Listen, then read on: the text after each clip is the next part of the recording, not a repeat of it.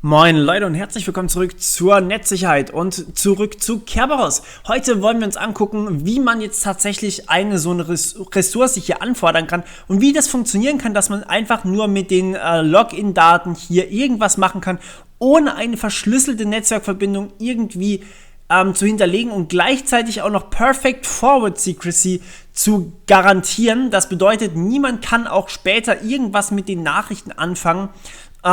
Die langlebigen Geheimnisse sind geschützt und so weiter und so fort. Ja, wie kann man das Ganze erreichen ohne Public Key Kryptographie? Naja, ist eigentlich gar nicht so schwer. Kerberos macht im Endeffekt genau das. Wir hatten uns letztes Mal angeguckt, welchen Weg man gehen muss, und heute wollen wir uns angucken, wie wir zu diesem Ticket Granting Server kommen. Das heißt, um hier erstmal auf die Ressource zugreifen zu können, braucht ihr ein sogenanntes Ticket. Dieses Ticket wird vom Ticket Granting Server, daher der Name, ausgestellt. Damit der Ticket Granting Server euch was ausstellt, braucht ihr ein sogenanntes Ticket Granting Ticket, und das wollen wir uns heute genauer angucken, wie ihr da dran kommt und wie diese Requests aussehen. Das heißt, genau genommen wollen wir hier den AS Request, den AS Reply und den TGS Request uns genauer angucken. So, schauen wir uns als allererstes mal den sogenannten AS oder Authentication Server Request an. Da steht im Endeffekt nichts drin, außer den Namen.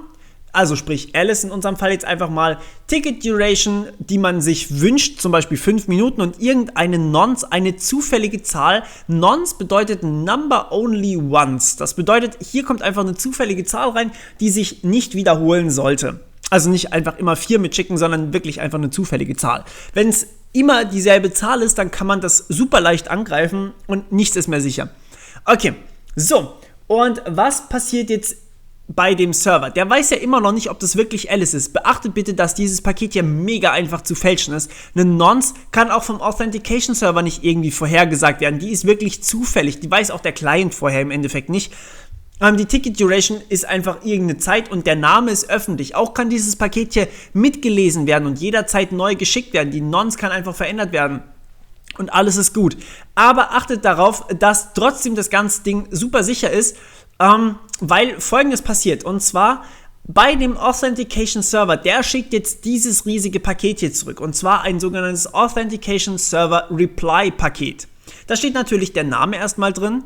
Es steht die Dauer des Pakets drin, oder des Tickets, die Dauer, solange eben dieses Ticket Granting Ticket hier gültig ist.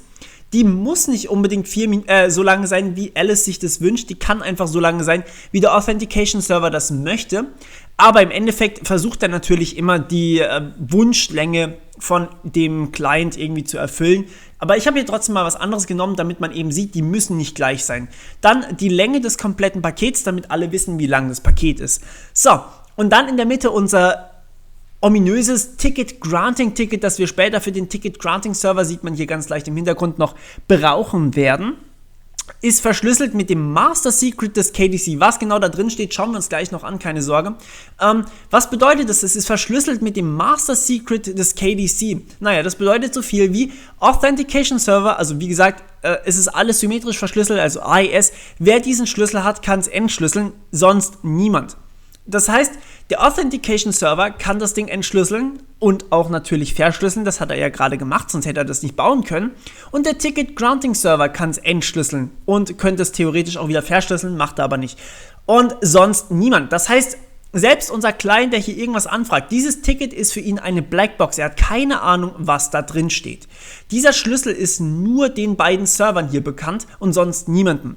So, und dann kommt der Teil, den niemand außer jetzt Alice lesen kann.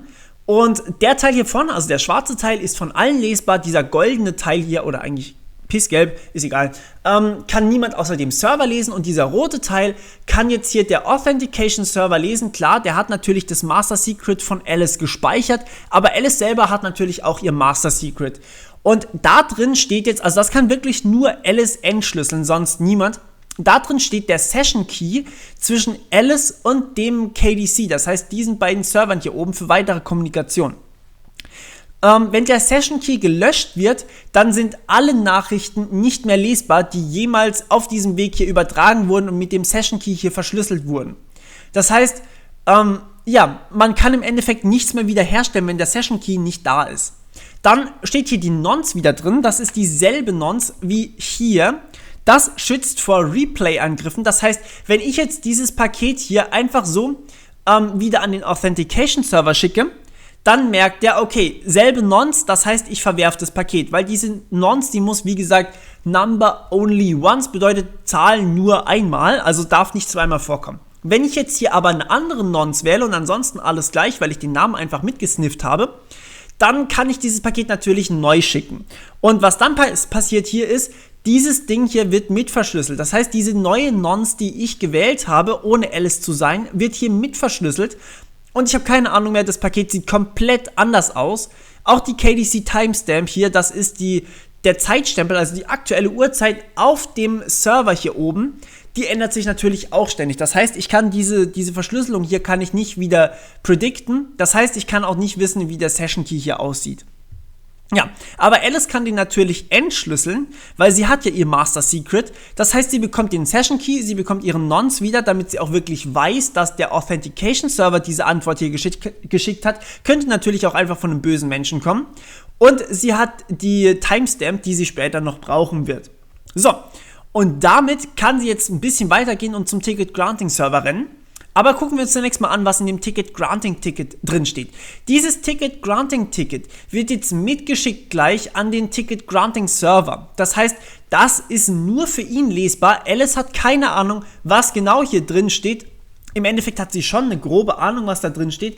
Aber niemand außer dem Ticket Granting Server kann das Ding hier entschlüsseln. Und sprich, niemand außer dem Ticket Granting Server und dem Authentication Server kann das vor allem ändern. Das ist das Wichtige hierbei. Niemand kann dieses Ding hier ändern, ohne das komplette Paket kaputt zu machen. So, was jetzt also hier passiert, ist Folgendes. Das Ticket Granting Ticket enthält erstmal natürlich den Namen, von dem er sich, der sich eben einloggen möchte. Dann die IP-Adresse des Clients, die ist nicht wirklich sicher hier. Die kann sich natürlich einfach irgendjemand fälschen. Das heißt, wenn jemand dieses Ticket Granting Ticket manipulieren könnte und zum Beispiel auch den Session Key hier klauen könnte von Alice, dann kann er auch hier einfach diese Client-Adresse so manipulieren, also sprich IP-Spoofing betreiben und so tun, als wäre er der Client an der Stelle Punkt 12, also 192.168.0.12. Das heißt, das hier wird auch manchmal seit neuestem jetzt weggelassen, weil man einfach davon ausgeht, dass es kein Sicherheitsfaktor, kann ich auch gleich rausschmeißen, bringt mir nichts. Dann steht hier natürlich der Session Key drin, damit der Ticket Granting Server auch weiß, was jetzt hier gerade von Alice noch zusätzlich verschlüsselt wurde. Denn Alice hat jetzt keine Möglichkeit, hier irgendwas reinzuschreiben. Alice kann nur später mit ihrem Session Key, mit genau diesem Session Key, den sie empfangen hat, Sachen verschlüsseln. Deswegen muss der Session Key natürlich auch irgendwie an den Ticket Granting Server übertragen werden, und zwar so, dass er nicht manipuliert werden kann. Also das ist derselbe Session Key, den Alice nachher benutzt, damit die eben miteinander kommunizieren können und zwar verschlüsselt. Dann die Dauer des Pakets, damit der Ticket Granting Server direkt mal gucken kann, ist das Ding überhaupt noch gültig oder ist es vielleicht schon lange abgelaufen. Und dann natürlich die Timestamp hier, damit er auch checken kann, okay, das ist die KDC Timestamp, 4 Minuten drauf, ist es jetzt noch gültig, ja oder nein? So, wunderbar. Das ist sozusagen jetzt, wie dieses Ticket Granting Ticket innen drin aussieht. Und jetzt kann Alice hergehen und einen Ticket Granting Server Request schicken, indem sie einfach unverändert dieses Ticket Granting Ticket, was wir uns gerade eben angeguckt haben, an den Ticket Granting Server schickt. So, und jetzt kann sie natürlich hergehen und sagen, okay, der Ticket Granting Server hat den Session Key. Das heißt, ich kann mit diesem Session Key hier verschlüsselt kommunizieren. Ich kann einfach mit dem Session Key hier Sachen verschlüsseln und der Ticket Granting Server kann das entschlüsseln und versteht dann auch, was ich geschrieben habe. Und deswegen ist hier ein sogenannter Authenticator enthalten, der den Namen enthält von dem Client und die aktuelle Timestamp auch von dem Client. Achtung! Die Timestamp ist hier später nochmal unverschlüsselt, das heißt komplett im Klartext übermittelt worden. Und jetzt wird dieser Authenticator, also nur Name und Timestamp, mehr ist das nicht, wird mit dem Session Key verschlüsselt. Aber der Session Key, der wurde ja mehr oder weniger geheim übertragen. Das heißt, erstens mal mit dem, schauen wir uns nochmal kurz das Paket hier an. Der Session Key wurde an Alice mit ihrem Master Key übertragen, das heißt, niemand außer Alice konnte das hier entschlüsseln. Und an den Ticket Granting Server wurde der Session Key hier mit dem Master Key des Key Distribution Centers übertragen. Das heißt, niemand außer dem Ticket Granting Server konnte das lesen. Sprich, Niemand hat diesen Session Key außer Alice und dem Ticket Granting Server und dem Authentication Server, der aber zum Ticket Granting Server im Prinzip dazugehört.